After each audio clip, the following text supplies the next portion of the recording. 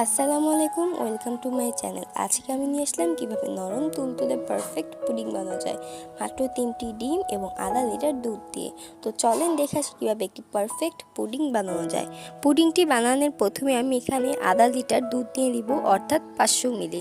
আপনারা চাইলে গরুর দুধও নিতে পারেন, কিন্তু আমার কাছে যে গরুর দুধ ছিল না, তাই আমি এখানে প্যাকেট দুধটা নিয়ে নিয়েছি আড়ংয়ের।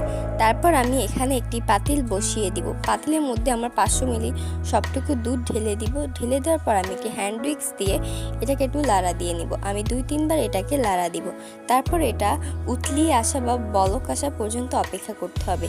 যখনই দেখবেন আপনাদের দুধে বলক এসে পড়েছে, তখনই আপনারা আবার একটি চামচ বা হ্যান্ড উইক্সের সাহায্যে এটাকে লেড়ে দিবেন। তারপর এটাকে যখন লেড়ে দেওয়া হয়ে যাবে, তখন এটা আবারও নিচে নেমে যাবে। পরের বার যখন আবারও বলক আসবে, তখন আপনাদের এটা লেড়ে দিয়ে চুলাটাকে বন্ধ করে দিতে হবে এবং বন্ধ করে এটাকে ঠান্ডা করতে হবে ততক্ষণ এটা পুরো ঠান্ডা হয়ে যাচ্ছে। এবার মূল উপাদানে আসা যায়। একটি বাটিতে আমি 3টি ডিম ভেঙে নিয়েছি এবং আধা কাপ চিনি দিয়ে এটাকে ভালো করে ফেটিয়ে বা মিশিয়ে নেব যতক্ষণ পর্যন্ত না এই চিনিটা গলছে। যখন দেখবেন এই চিনিটা গলে গেছে, তখনই ঠান্ডা করে রাখা সেই দুধটাকে ঢেলে দিবেন এখানে। ঢেলে দেওয়ার পর আবার এই দুধের মিশ্রণের সাথে এটা মিশিয়ে নেবেন এবং আমি এখানে এই মিশ্রণটা সরিয়ে নিচ্ছি। তারপর এর মধ্যে আমি দিয়ে দেবো একটি স্টিলের বাটি, যেটা অবশ্যই মুখ খোলা হতে হবে এবং স্টিলের হতে হবে। এর মধ্যে আমি সেই ডিমের মিশ্রণটাকে ঢেলে দেবো ক্যারামেল বানিয়ে। আর ডিমের মিশ্রণটা ঢেলে দেওয়ার পর আমি এখানে এটার মুখাটাকে লাগিয়ে দিচ্ছি। মুখাটাকে লাগিয়ে দেওয়া হয়ে গেলে আমি একটি চুলায় কড়াই দিয়ে নেব।